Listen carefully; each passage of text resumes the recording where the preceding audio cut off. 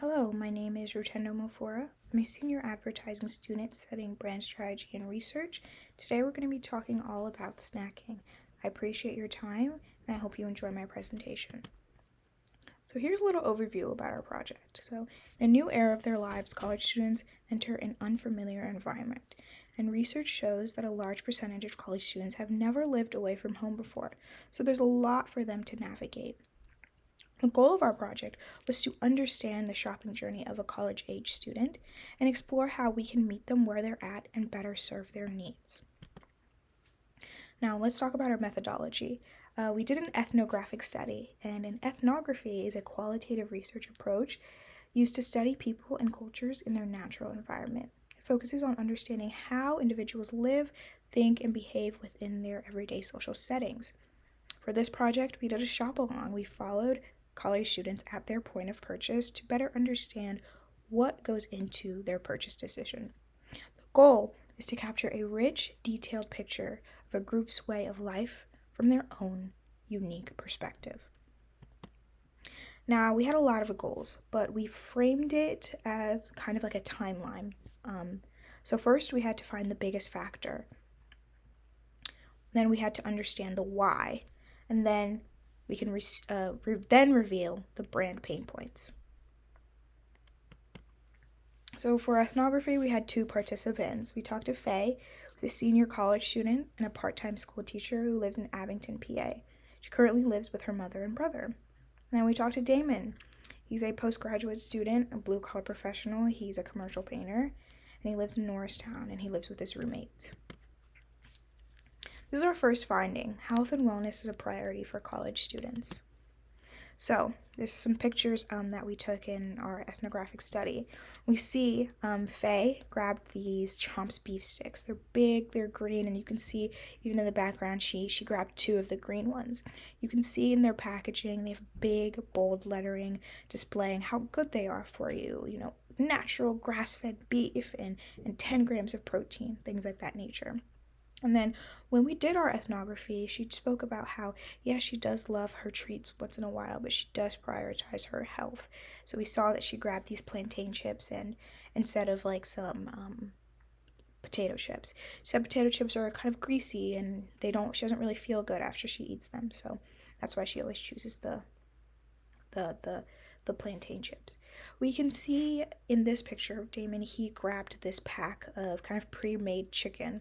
Though it's very convenient, he did talk about how fresh the chicken looked, how green the veggies were, even if they were just being packaged like in this section of the grocery store, and how the tortillas looked like they were a pretty good portion. He really appreciated that aspect, that health aspect of this item. This is what our IDI participants had to say. So when asked about their shopping preferences, this first respondent said, it's either how much comes in the pack and sometimes the nutrition of the treat. If I'm trying to be slightly healthier with whatever treats I pick. So even if they're shopping for treats, cookies, cupcakes, anything of the sort, they do focus on how can this better serve me? How can this fuel my body? And the second respondent had some dietary restrictions. He said, I always look for gluten-free, lactose-free, vegan options. If those aren't available, I check things like sodium, calories, fiber, and protein. And I would like to make this distinction that this participant did not necessarily have health restrictions, like they weren't necessarily allergic to things. All of these things that they're looking for are things that they are looking for because they think that they believe that it will make them a more healthier individual. So here's our key finding number 2. Nostalgia largely influences college students' purchase decision.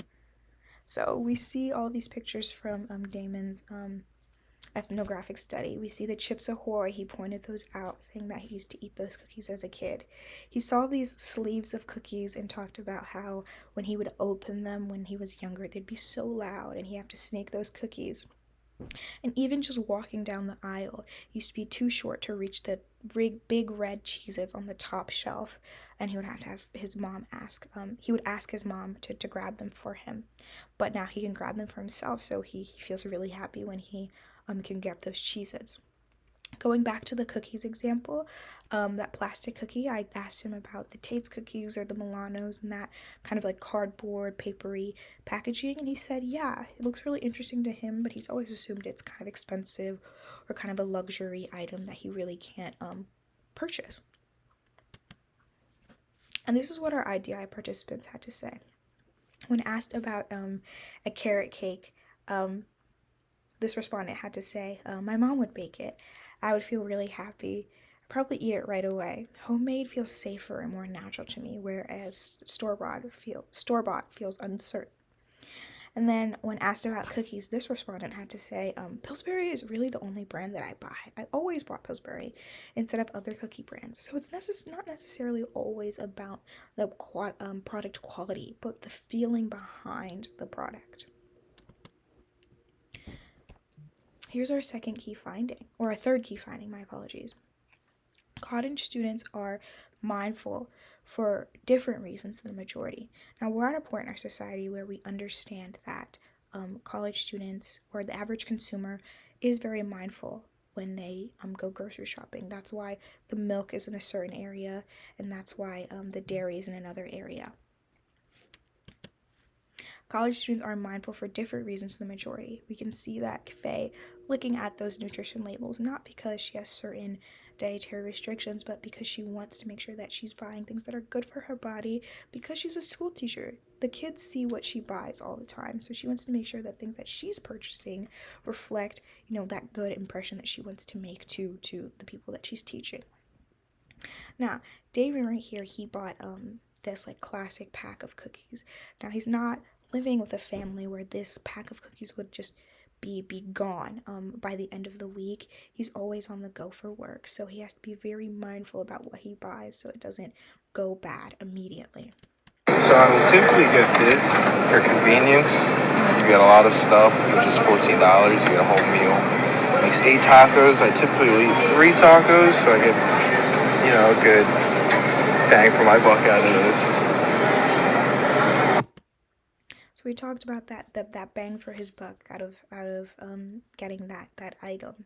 He understood that it might be very good for me, but he understands that what can I get for the most value, which is something that he thought was very important to him. Now, this is what the IDIs had to say about kind of that same idea. I have a basic idea of the stuff that I need for meals at school because it can kind of be hard to share a fridge with 5 girls and just cooking. So I like to get the main things that are on my list, but when it comes to things like snacks and desserts and stuff, I like to see what's seasonal and catches my eye. So what's the key word here? Share a fridge with 5 girls. Unlike a single family home, we understand that college students live in closed quarters. Now, as a college student, I can totally relate to that. Having things constantly fall out of the fridge, squeezing things, contorting things. So college students are mindful for different reasons than the majority. They understand that they might not necessarily even have the kitchen space for certain items, and that goes into their purchase decision as well. Then the second respondent said, "Yeah, I never felt like a cookie purchased. I never felt like a cookie purchased from the grocery store feels like they're made with love." Back to our overview, we understand that college students are away from home from the first time. Yes, everyone looks for comfort, but college students are especially vulnerable during this time because they're in a transitional period of their lives. Having something that feels comforting to them is essential to their overall well-being. And that leads to key finding number 4. Consistency and convenience largely inform college students' purchase decision. Now, this was very exciting to see because I already knew what my first finding was going to be. When I asked both of the participants what grocery store they wanted to go to, they immediately knew what grocery store they wanted to go to. We see Damon had his giant rewards card ready to show me at the beginning of our ethnography. Faye said she wanted to go to Trader Joe's because it was right after work and she just wanted to go there because that's when she usually goes anyway. And even down to her cart, we see the Greek yogurt, the kefir, the maple syrup, those pantry staples, something that she's always getting, and she knows how it's going to taste, how it's going to affect her body, and usually the price point as well. And down to those snacks, the apple slices and the apple sauce, the chomps, the bananas, and the tiniest cookies in the world little treat that she got.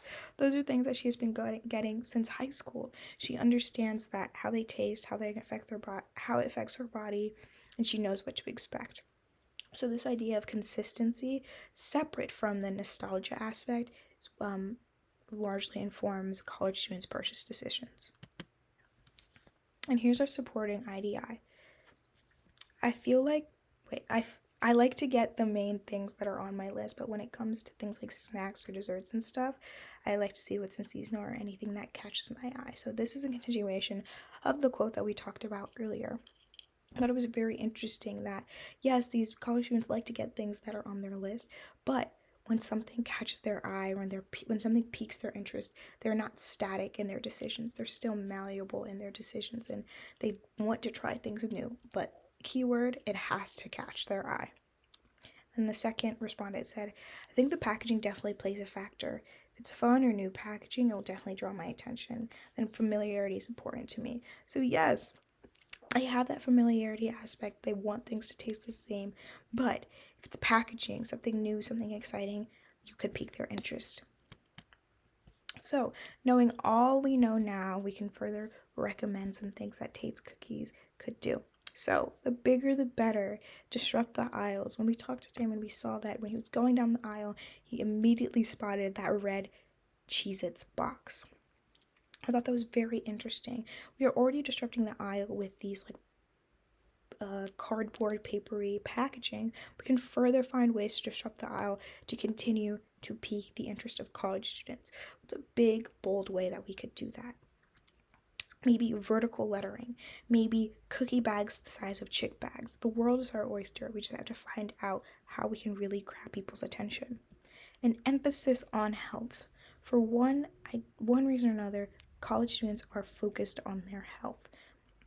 College-age students are concerned with their health.